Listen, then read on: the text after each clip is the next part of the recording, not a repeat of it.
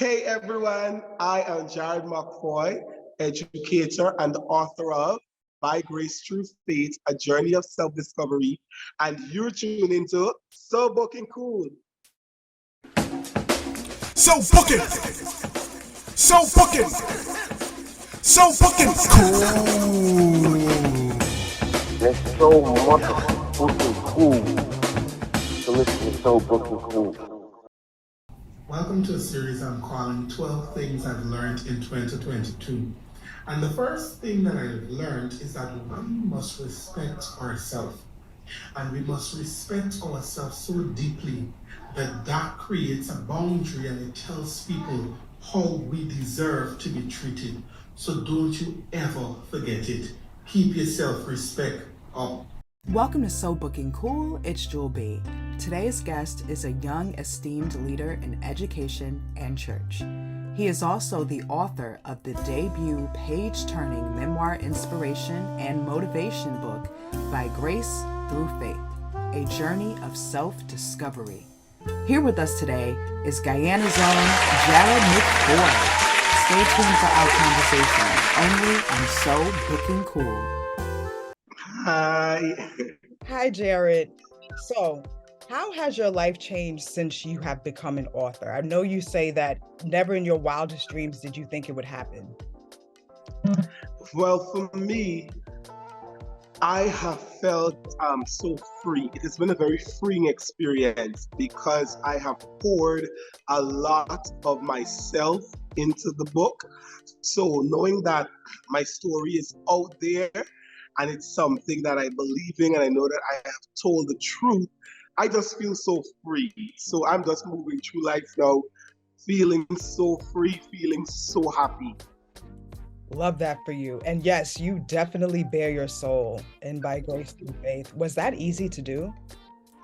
No, it was not. I'll tell you the truth, it was not. I remember while I was writing the book, and especially when I was approaching certain chapters talking about my sexuality and so on, it was hard to write. And as I was reflecting on some of my childhood experiences, a lot of tears came to my eyes.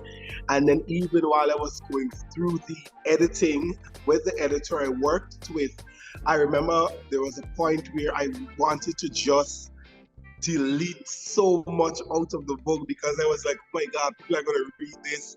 People that know me or think they know me are going to read it. And how will I face those people afterwards? It was very tough. But then I reminded myself of the inspiration I had to write the book in the first place. And I just had to be brave at the end. Wow. And you got the idea for writing a book during the pandemic? Yes, that was 2020. So in Guyana, because I'm an educator, schools had closed for a while.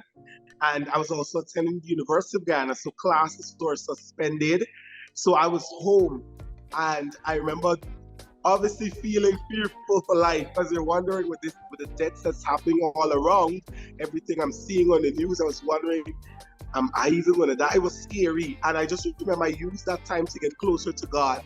Every night at midnight, I used to go into a corner, I used to pray, I used to read the word, I used to worship, and it was there where I received the inspiration to write this book. How have people respond, people who you know, because you get really like candid and you name names and everything. How have they responded to your truth that you've shared? All right, so let me first start. So with names, I just want to know it's not real names. Oh, okay. Yes. So I was talking to a bishop the other day, and he was saying to me, I saw you name names or whatever. So I had to tell him, I said, no, don't think those are real names. It's real people, but I use a little code name for them. But the people that know me, they have responded in the best way, to be honest with you. First, I would say, I feel like a lot of persons have a deeper appreciation for who I am. I remember someone said to me the other day, they said, I now understand why you love the way you do. And that was so affirming for me. So a lot of persons who have read the book have really given me hugs It has created a lot of conversation, especially on childhood traumas. I remember someone said to me, they said, and this is a married woman, she said, certain things I went through as a child, I haven't even told my husband about half of those things. I don't even feel like I could. But thank you for writing this book, because I feel like I'm no longer alone. When it came to the chapter on forgiveness, I have persons tell me, forgiveness is very hard for me. But seeing you talk about forgiveness, and seeing you calling out the people in your life that you have forgiven, it has now given me the courage to forgive, and not only forgive others, but more importantly, or most importantly, to forgive ourselves for the things that we have allowed to happen to us. So the reception has been good. At first I was scared. I was like, I don't know if people can think, I have this fear of being judged, but so far it has been great. And one of the things that I am with people is open and honest. So I always tell people, when you buy my book, any question you have, message me. And I'm going to be real, because I can't write a book about my life and then just leave people hanging there where they have further questions. So I would always be there to provide whatever clarity they need, because at this point, I'm literally an open book.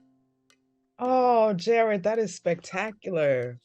Yes. I love how open you get, because a lot of people, obviously, they have written books about their lives, but they won't go as far to reveal some of the things that you have revealed, and I just always feel like when people do that with their books, it's because they really are like trying to help. Like, they see it as a cause that's greater than themselves. And you share your life, and then you also help guide people. So it's also like a guide, and you come up with all these nuggets. Want to know, what do you want people to know about some of these quotes that come from your book, such as fear is a destiny stealer? I must say, the last 5 chapters of my book, it was strategic. Some people have said to me, my book feels like 2 books in one. The first 7 diving deep into my life, and then the last 5, there's a change even in the tone. And that was because, I want to say this, when I reached chapter 7, I said to myself, at this point, I feel like I have addressed the critical areas of my life that I want to share in this book. And when I knew I wanted 12 chapters. So I said, you know what? I am going to let the last 5 bring out the side of me that is encouraging, because my friends can tell you, anybody connected to you will tell you, any conversation I have with them, I will always leave an encouragement. I just love encouraging people, because in this time and age that we're living in, people need encouragement. People are depressed. People are going through things they don't feel brave enough to talk about. So I just love encouraging persons. So that whole last 5 chapters filled with a lot of nuggets. And what I want persons to take away, to be honest, I want them to realize that, you know what? First, I want them to connect to God. Now, I would be naive to think that everyone would want to serve the God that I serve, because I'm a Christian, so I believe in Jesus, and I believe in his power and what he can do. But I also want to invite persons who aren't Christians. They can read and be inspired, and I want them as well to feel led to connect to their God and seek the clarity they need to live the life that they were placed on this earth to live. Because I truly believe we all have purpose. But the thing is, I don't think many people choose to live in purpose because, 1, they're not sure what their purpose is, or 2, their purpose feels bigger than them and they don't know how they can do it. But I want persons to feel inspired to not just go through life, but to experience it in all its glory, whether that be good and bad, because that's what I have experienced so far in my life. And I always tell people, and as you have read, I am so proud of what I have accomplished so far at my young age. And that is because from a very young age as well, I was intentional about the kind of life, because I saw the poverty I was growing up in. And I said, you know what, I can't have this for myself. So how do I get out of this? I use education and I use my God. And then I just started operating in the 2 and living out in purpose. As an educator, I see the way how I carry myself and conduct my lessons, how that inspires my students so much. And I want the same for people. So as they're reading those last 5 chapters, I want them to just like highlight, underline, and begin to map out, especially getting ready to go into a new year, to tell themselves, let 2023 be the year where you actually make yourself proud. And speaking of purpose, how can people overcome distractions? All right. I think people can overcome distractions first. I'm going to use this word, being intentional. Now, let's say I'm going to use an example. Let's say I'm studying for a degree. I know I want this degree because it's going to help me to get a specific job, specific career. Now, if I allow the internet, friends, going to social events, to take priority over studying and giving my degree what it requires, I am out of purpose there. And I can't give my best to my degree. But if I'm intentional and remind myself of the goal, even when distractions come, I will be strategic to overcome them. And that's something I have used in my life. And I would encourage anybody. And the thing is, we have to first identify our distractions as distractions though. Because I can be distracted by friends and not even realize it. Because it's my friends. I'm thinking like, how many friends can distract me? But they are. If all they want to do is go out, they don't encourage me to study, they don't encourage me to focus on my degree, which should be important to me. I really don't need that kind of friend or those kind of friends right now. So I tell anyone to overcome distractions, be intentional, remember the goals you have, and be strategic in the strategies that you are going to use to overcome. Because you know what? If you give into distractions, you will be living in delay. And not living as your highest self, as you say in your book. That's it. Yeah. And you also say Black joy is activism. Tell us about that. Wow. Listen, as a Black person, even in my country, Ghana, I feel like there's a lot of things happening. People, like me, ever since I stepped into this artistic side, I've become more observant of my environment and society. And when a person sees me, a Black person, they already have their own preconceived notions. And then when I present myself, I begin to break down those walls to let them know, oh, I'm not just another Black guy who limes at the corner, who does drugs, does this and that, but I'm someone who's smart. I'm someone who has something to offer society. I'm a positive impact. So as a Black person, I have to be intentional about keeping joy. Now, the thing I've learned about joy is that joy comes from the inside. Joy is not dependent on, if I sell a book today or not. So if I sell a book, I'm going to be happy, but that's not joy. Joy comes from the inside, in spite of everything. And as a Black person, if I can keep my joy in this dark world where there's systemic racism and all of these things that can weigh me down, my joy can be like a guiding light to me. So I truly believe when we keep our joy, that's a way of resisting the forces that wants to keep us down. And I want to encourage every Black person listening, watching, to know that you have to be intentional. I remember someone said this to me a while ago. They say we can't wear our problems on our face. And when they said that to me, I smiled because people can always tell you, I'm a person who always has a smile on my face. People will be like, wow, you're such a bright, you always get energy early morning, late at night, because I am intentional about living in joy. Because like I said in the book, it's a form of resistance. Woo. Yes, Jared. You say the best book you've ever read was the Bible. Do you remember how you got introduced to it? Yes. That was true. When I was younger, I remember, so I should tell you this. Right now, I'm doing this interview for my church. Right? I came over to church to do it. And next to my church is another church. So I used to go to the neighboring church first. And then on Sundays, my mom used to send us to Sunday school. But then I remember one time I came to a Sunday school party at this church. I was very young then. And I remember the church had newly appointed a pastor, which is still my current pastor. This year marks 15 years since she's here. And I remember she said to us, I want to invite y'all back out to Sunday school. And I said, yes, I'm going to come out to Sunday school.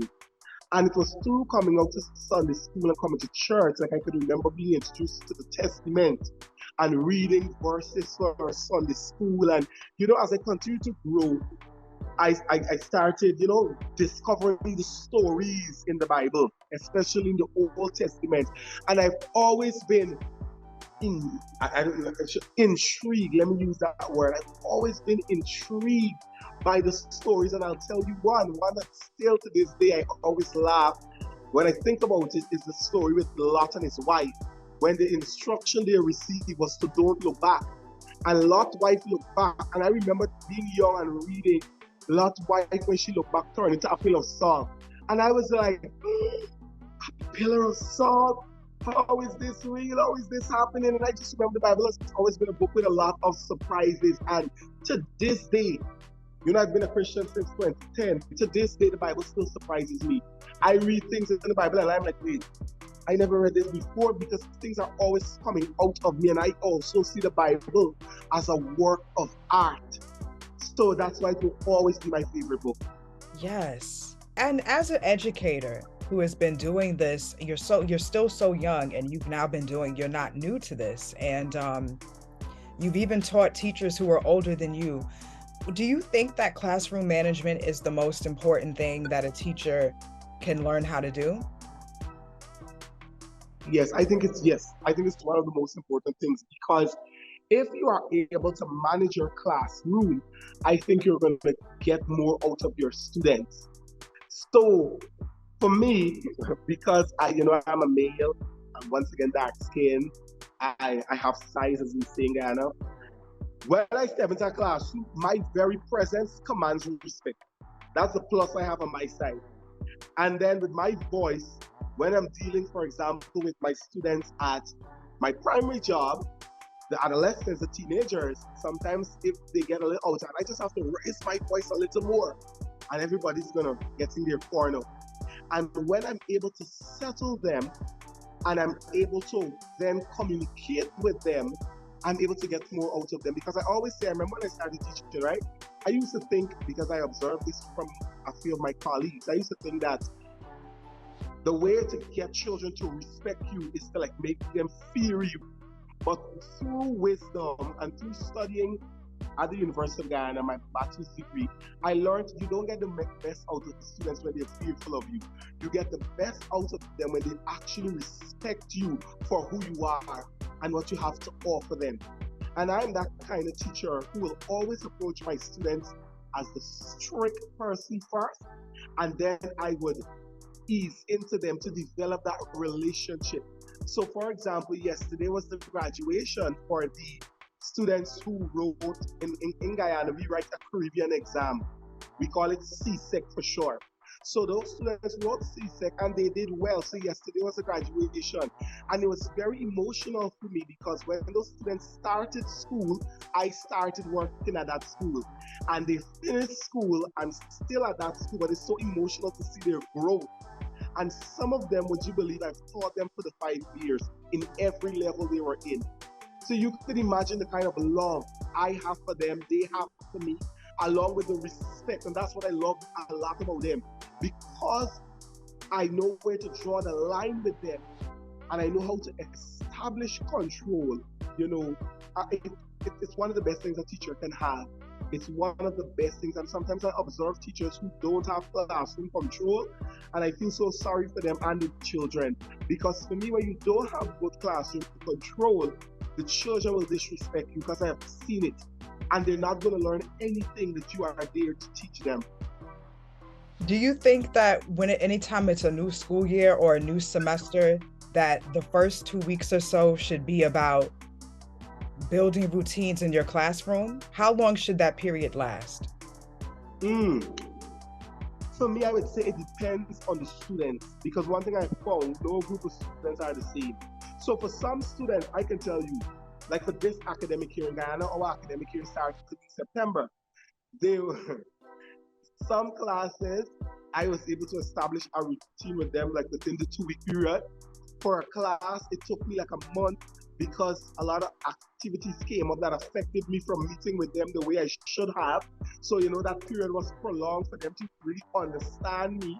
For another class, I would say it took them the entire term because school is closing for us in 2 weeks. And it's only now they have truly settled into my style of teaching. So I would say it varies per class, and what an educator needs to do is to be observant of the students that they're dealing with, and then you'll know the strategy you need to use to instill or build a habit that you want out of them. Okay. Speaking of habits, as a writer, as an author, what's the best environment that an author can have to write? For me, I would say a quiet environment. I remember when I was writing my book, my mother had a shop. So I went down into the shop and I used to write there. I told myself, listen, 1 hour every day I'll give to writing. And at first, reaching an hour used to be tough for me. But as I got in, an hour wasn't even enough. But one of the things I used to like was a very quiet environment, because the truth is, no one knew I was writing a book. I kept it a secret for a very long time, and that was also intentional because I wanted to protect the integrity of my work. I knew had I invited persons into this process earlier, I would have been gullible enough to listen to what they said, and I may have watered down my story, which is something I didn't want. So I needed a quiet environment and sometimes a little music in the background to keep me going. So those are the things I like: a quiet, a calm environment. I want a lot of people around me, and sometimes a little music too. What is an example of that music? Well, for me, I like all kinds of music. I ain't gonna lie to you. Sometimes it's a nice gospel, a nice Maverick City, Elevation. Sometimes it's a little dance hall, spice. Sometimes we have some these artists that I love, ballad, yeah, so a variety of music for me, soca, etc. Nice. Depends on my mood, though. I'm not gonna lie, I'm a mood person. So depending on my mood, the music will have to match that. Right. Do you believe that the music we listen to influences what we do and how we live our lives? Definitely, yes. And I'll say that because I had an experience where I was listening to a few, like 2 songs. And as I was listening to the songs, they made me very emotional. And I remember I act out of that emotion. And I went and I put a former friend of mine on blast on WhatsApp. And after I did it, I had a lot of regrets, because I was like, in the moment, it felt like the right thing to do because I was high off of this music. But then after, I was like, that was not a logical decision to make. So I truly believe that music can affect how we live our lives, and that's why I like to also caution persons: be careful with the kind of music you listen to, because it will infiltrate your thoughts, and when you think long enough on them, you'll begin to act them out. Does this also apply, Jared, to the movies and TV that we watch, or even other books that we read? Definitely, and you're hitting my lane there. In as much I love books, I'm a book lover. I love TV shows, I love movies, and I truly believe when we watch them, we can also adapt personality. So for example, I watched Black Panther Part 2 like 2 weeks ago. I'm in a zone where I feel like I'm a warrior from Wakanda. I behave like I'm a warrior. I want to talk like the people. So I truly believe that all of those these artistic forms can impact us. That's why we should also be careful and intentional about what we give our time to, whether it be a TV show, a movie, a book. We should be intentional. Absolutely. What was your favorite thing about Black Panther 2, Wakanda Forever? All right. My favorite part was seeing Shuri become the new Black Panther. Because I guess too, I identify also like as a feminist. I love seeing women in power, and that's because I can tell you why. I grew up in a single parent home with my mom. My mom was a very strong matriarchal figure. So I gravitate to strong women who demonstrate leadership. So like when I saw Shun take up and put on that suit, I was one of the people in the cinema clapping loud. That was that was like a victorious moment for me. I love that moment. My favorite. Love that. Yeah, I'm obsessed with the movie too. You know, you do talk about your feminism and like the love and stuff that you have for women who've been there for you and who you have always felt very comfortable with, but at the same time, because of like the way society is, you've also felt like they at times didn't always accept you. So what can you tell us about that and what your relationship with that is like now? Well, so for me, I grew up with my mom. I have an older sister, and I have just after me, I have another sister. And then I have a brother after that sister, but that brother came 6 years after I was born, right? So for a part of my life, I could consciously remember my mom living with just girls. My mom, a big sister, my small sister.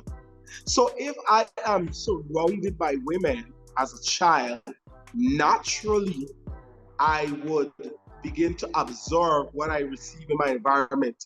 And I believe because I spent a lot of my childhood around a lot of women, that has made me very in tune with my emotions, which I used to think was a bad thing because of society. But like now, that is a plus. It's a plus to me because I am very empathetic towards others, and my empathy for others help me to connect with them on a deeper level. So I love that for myself. Because I grew up a lot around women, I have a lot of respect for women. So I'm somebody who does not engage in this kind of talk, derogatory talks about women. You know, in our country, my country, you know, we have their own slangs, like that you use to refer to women, like kitty and all of these other words that I just don't like. I think they're objectify women and make women seem like a commodity. So I don't engage in conversations like that. I love being around women. I think they make better leaders. I know what it is too. With women, I have an easier time connecting emotionally to them. That's the truth. And they understand me. But remember, growing up now, maybe a lot of who I am or what I used to demonstrate back then felt a little too feminine for a boy, that, you know, they began to call out those things. And then for me, remember as a child, we really don't see gender at first. We just experience life until we are taught gender and gender roles. And that for me was very hurtful, seeing persons, these women that I admire, kind of like break down and feel like, you know, tearing apart me and the things that I thought made me me. What advice do you have to the young man that's going through that right now? Even as far as people like misgendering them from when they're really young and all of that. I would say to them first, hold on. Don't give up. I don't want to lie and tell them it gets better, because for some people it doesn't. That's the truth. But you know, sometimes people like say it gets better, and not for everyone. That's the truth. But I would say to that young man, hold on. And in due time, if you are intentional enough, because I was intentional, you will be able to discover yourself. And that's why I love the subtitle of my book, A Journey of Self-Discovery. The pandemic gave me a time to sit and really assess everything about myself. And it was the first time as an adult or in my life, I made a decision about the person I am, not who people see me as, but who I am. And I started acting the way I want people to respect me. I began to show them the way I need to be loved. So if you cannot do that for me, you're not a person that I need close to me. So I would tell you, man, don't give up. Keep holding on. And if you are intentional enough, you have to be you. You can't be nobody else but you. So just keep holding on. Yes. And speaking of getting close to you, I also would like to know, and I know anyone watching and listening would like to know this too. When it comes to building bonds and connections with people, do you want them to read your book before getting to know you? Or if you're already like connecting with them, would you want them to have read your book? How would you feel if they hadn't read it yet? You know, would that be a deal breaker? No, it wouldn't be a deal breaker. It wouldn't be a deal breaker for me, but I truly would like to say, like, I think if someone wants to know me better, reading this book is the way to go. It's the way to go because I'm being real with you. Even talking about certain things, I'm still becoming bold to talk about certain. Like, writing it is different because remember, as they are reading this book, I'm not there with them. I am not there with them while they're reading. So you could read and think whatever you want. That is fine with me. But reading it would add depth to how they see and receive me. And for anyone new coming into my life, I think if they would have read the book before coming into my life, once again, they too, I think, would approach me differently. But if someone hasn't read it, it's not going to be a deal breaker for me. But I'm not going to lie though, there are some people in my life who I expected to have bought the book by now that didn't, and I did feel a way at first. I'm not even going to lie to you, I did feel a big way. But I'm working through those feelings. Yeah, and I think that's like a natural reaction. Yeah. Has anyone apologized? No. No one has apologized to me. I'll say this to you. My mother, who I write about, she and I had a conversation, and I can tell you she's not a fan of how I would have represented her in the book. She feels like I've made her like a villain, and I've tried to explain to her that no, I understand why you think that you're the villain, but you're not. But I just had to relate honestly how I felt about your upbringing of me. Right? But right now, she and I were working through that, and I am giving her the space that she needs to process that, because the truth is, it's wrong for me to want to tell my mom how to respond to my book. And, I can't make her respond how I want her to. So I'm giving her grace to heal and just accept how I truly feel. And to the other people that I've talked about that hurt me, I don't think that they have read the book as yet. Okay. What advice do you have for people who want to write a memoir inspiration book like you have done? All right, so my advice to them: first, get a journal and first write down your intention. Why are you writing this book? What do you want to achieve by writing it? And I would like to hope that their intention would be about the impact first and money later. Because if you're like a self-published author like myself, we ain't gonna talk about the money. It's more investment than anything else at first. But think about the impact that you want to create on people that read your book.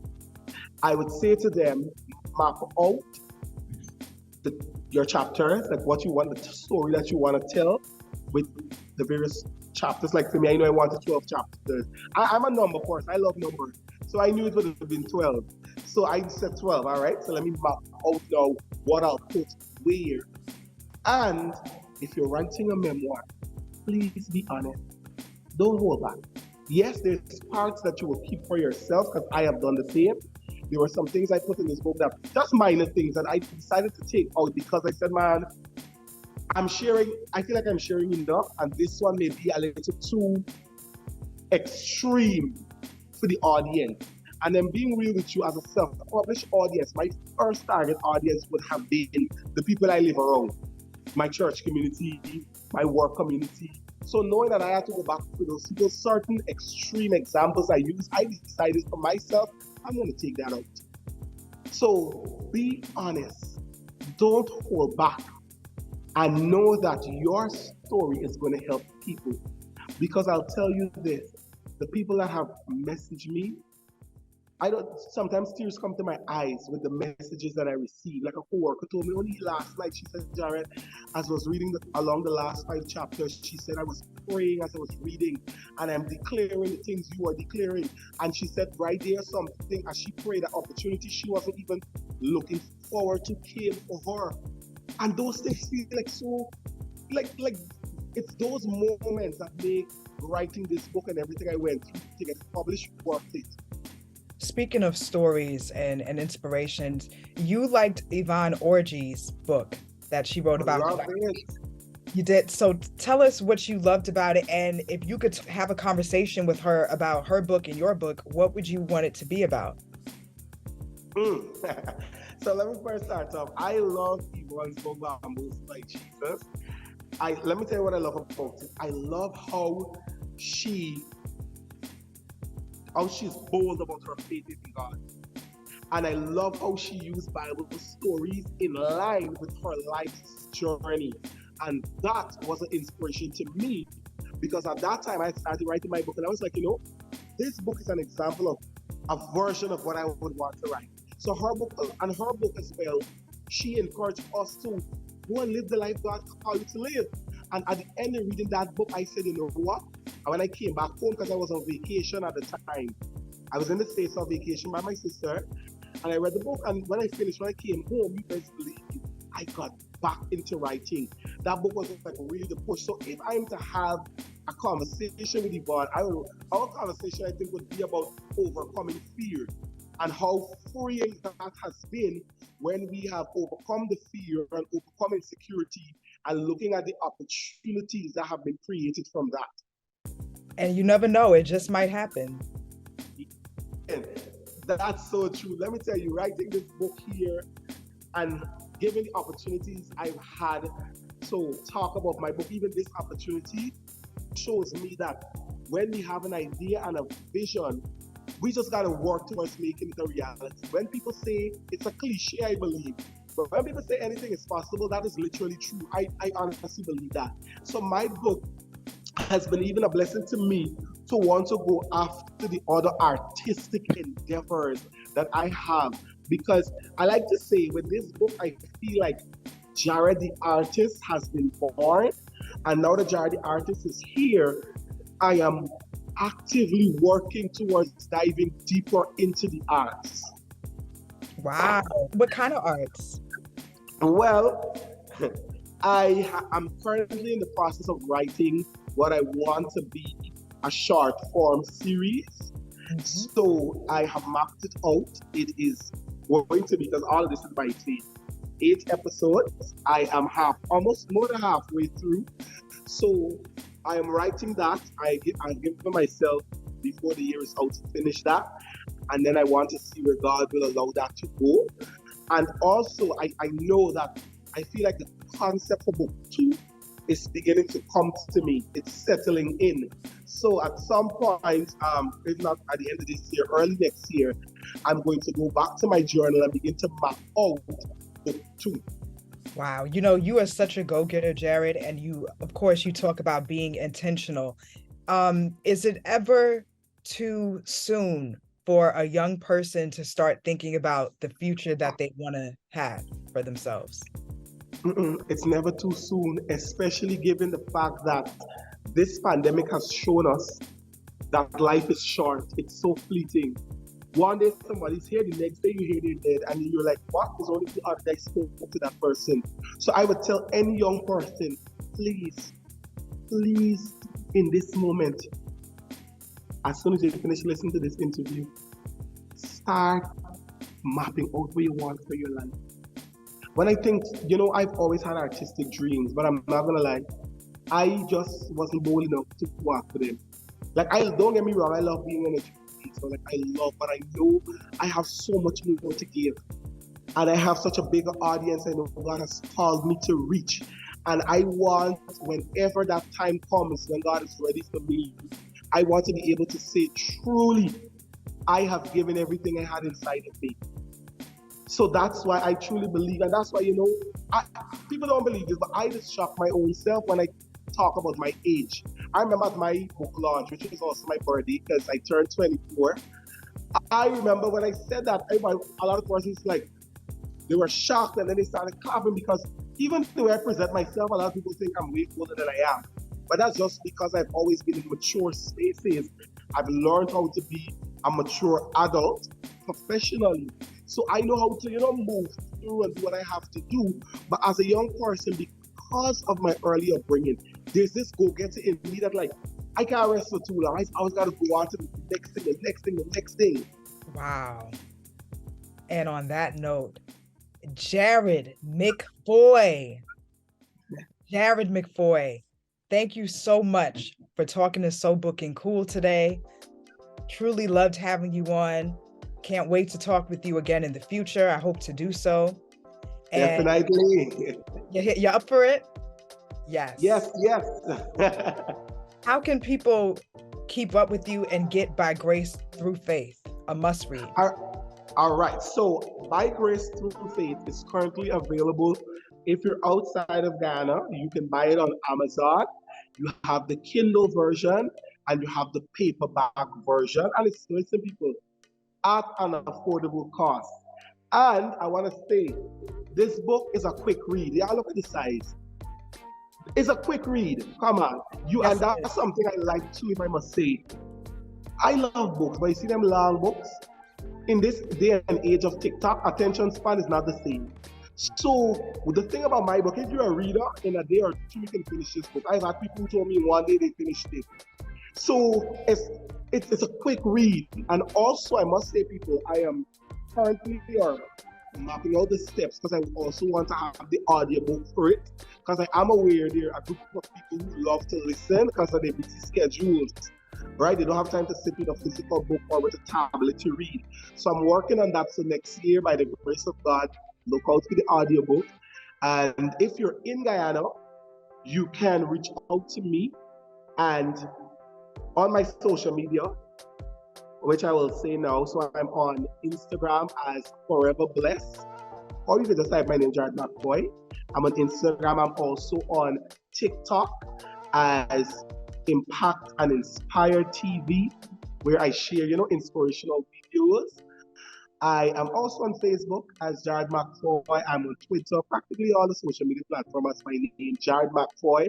And if you go to any of my social media platforms and follow, you just get inspirations, book updates, and just more of me. Yeah, guys, definitely make sure you check that out. And I want to add also that, yes, By Grace Through Faith is very much a quick, easy read.